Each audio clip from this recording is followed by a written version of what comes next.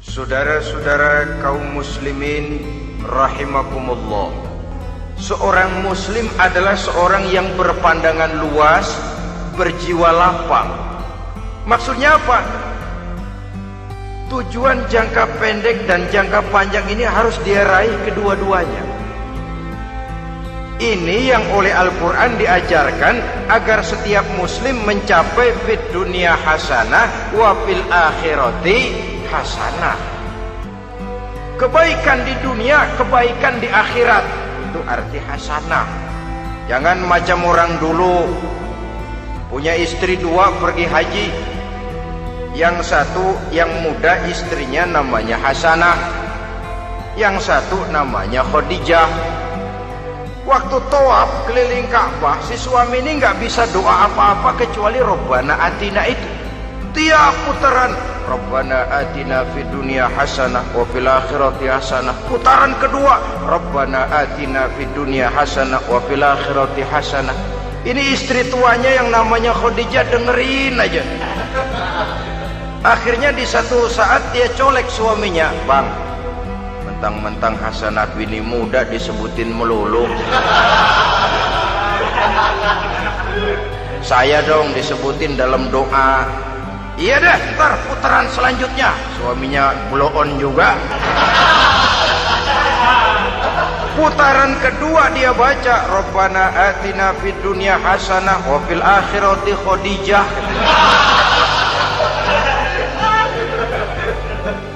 Saudara-saudara, itu makna refleksi daripada doa tadi itu, doa sapu jagat. Kita ingin fid dunya hasanah wa fil akhirati hasanah. Tujuan jangka pendek dunia tercapai, tujuan jangka panjang akhirat dan ridho Allah juga tergapai. Oleh sebab itu Al-Quran menjelaskan, "Wabtaghi fima atakallahu ad-daral akhirah wa la tansa nasibaka minad dunya." Dengan karunia yang diberikan Allah kepadamu, carilah bahagia akhirat. Wala tansa nasibaka minad dunya, tetapi jangan lupakan bagianmu dalam kehidupan di dunia ini. Cari akhirat, utamakan akhirat dengan tidak usah melupakan jatahmu di dunia. Kenapa saya katakan seorang muslim berjiwa besar? Sebab andai kata dia gagal mencapai tujuan jangka pendek, andai kata dia gagal di dunia, dan dia oleh Islam diajarkan jangan sampai gagal, tapi andai kata dia gagal, dia masih punya tujuan jangka panjang, akhirat dan ridho Allah. Dia masih bisa menghibur diri, biarlah di dunia kita sederhana, bahkan biarlah susah di dunia, asal di akhirat kita bahagia. Orang yang tidak punya pandangan hidup semacam ini, surgalah dunia ini. Segalanya telah tertumpu di sini. Bila umurnya selesai, ajalnya datang, selesai sudah, surganya sampai di situ, dan dia tidak punya pengharapan lain di belakang itu. Maka seluruhnya bertumpu pada kehidupan di dunia. Padahal dunia seperti air laut, makin diminum makin haus, makin kering tenggorokan.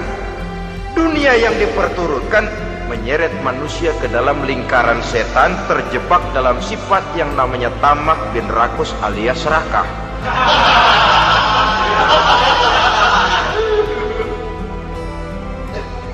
Andai kata dia gagal untuk tujuan jangka pendek, dia masih punya tujuan jangka panjang, akhirat. Dia masih sanggup berkata, biar di dunia kita sederhana, bahkan biar kepelangsak sengsara susah di dunia, asal di akhirat kita bisa bahagia. Kan masih ada harapan. Yang paling bangpak, paling rusak betul, sudah di dunia sengsara, di akhirat celaka. Jadi dunia rumahnya gubuk, pinggir kali miring, asal hujan bocor, utang selebar warung. Bayang kagak, ngaji enggak, puasa enggak, saban malam merit mulu. Saudara hadirin yang saya hormati, lalu kapan mau bahagia kalau sudah di sini susah, di sana akan susah juga. Ini yang pertama.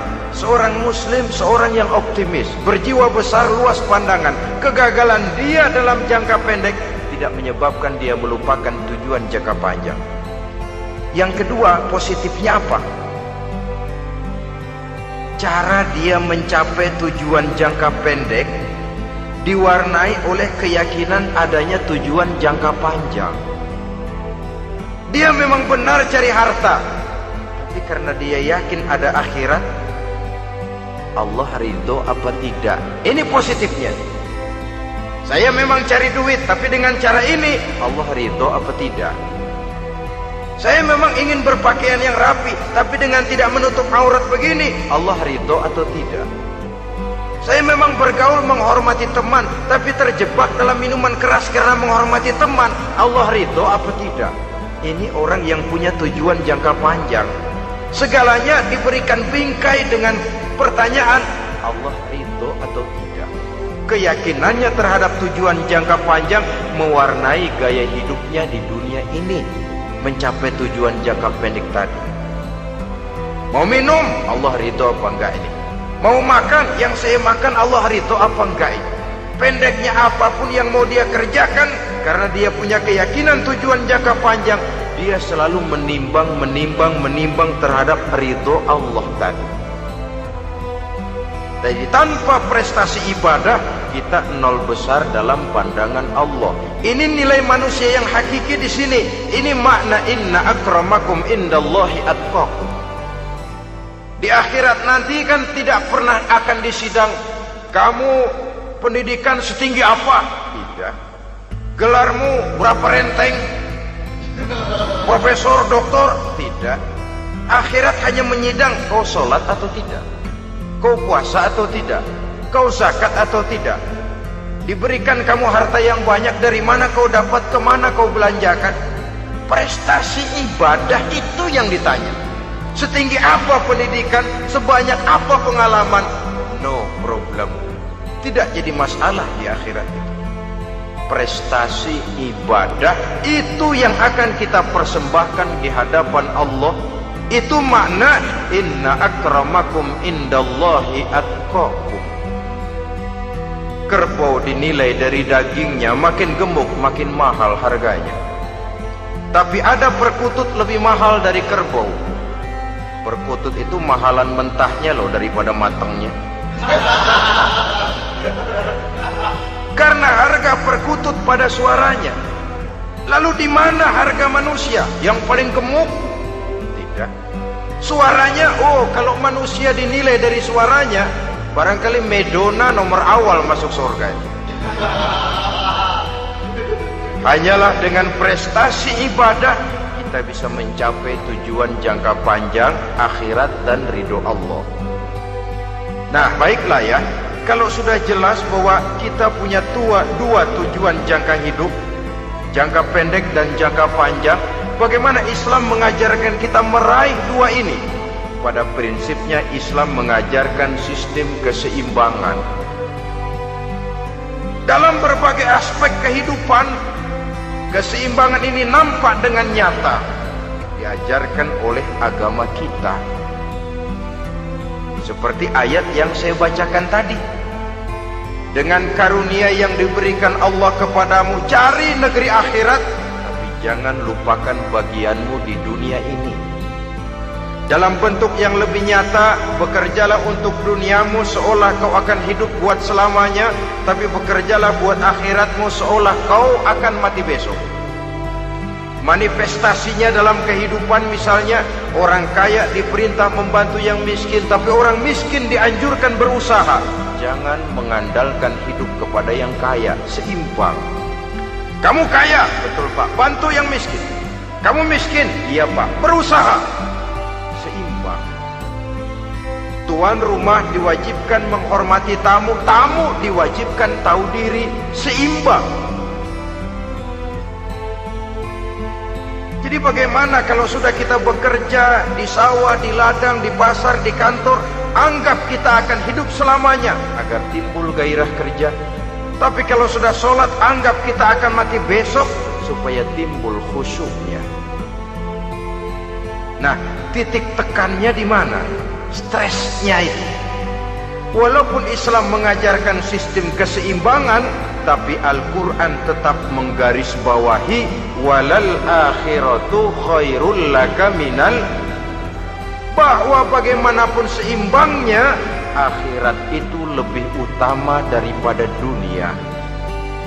Bagaimana implementasinya? Kata orang-orang tua, kalau kita menanam padi, rumput pasti tumbuh, tapi nanam rumput jangan mimpi tumbuh padi. Maksudnya apa? Kalau satu perbuatan kita niatkan karena Allah, dunianya pasti itu. Tapi kalau satu perbuatan diniatkan karena dunia semata-mata, akhirat akan hilang. Sebab itu, biasakanlah berbuat sesuatu baik untuk tujuan jangka pendek, lebih-lebih untuk tujuan jangka panjang, dengan motif lillahi ta'ala. Jadi saya ulangi, satu perbuatan kalau sudah diniatkan karena Allah, dunia biasanya ikut. Tapi kalau diniatkan karena dunia semata-mata, akhirat akan luput.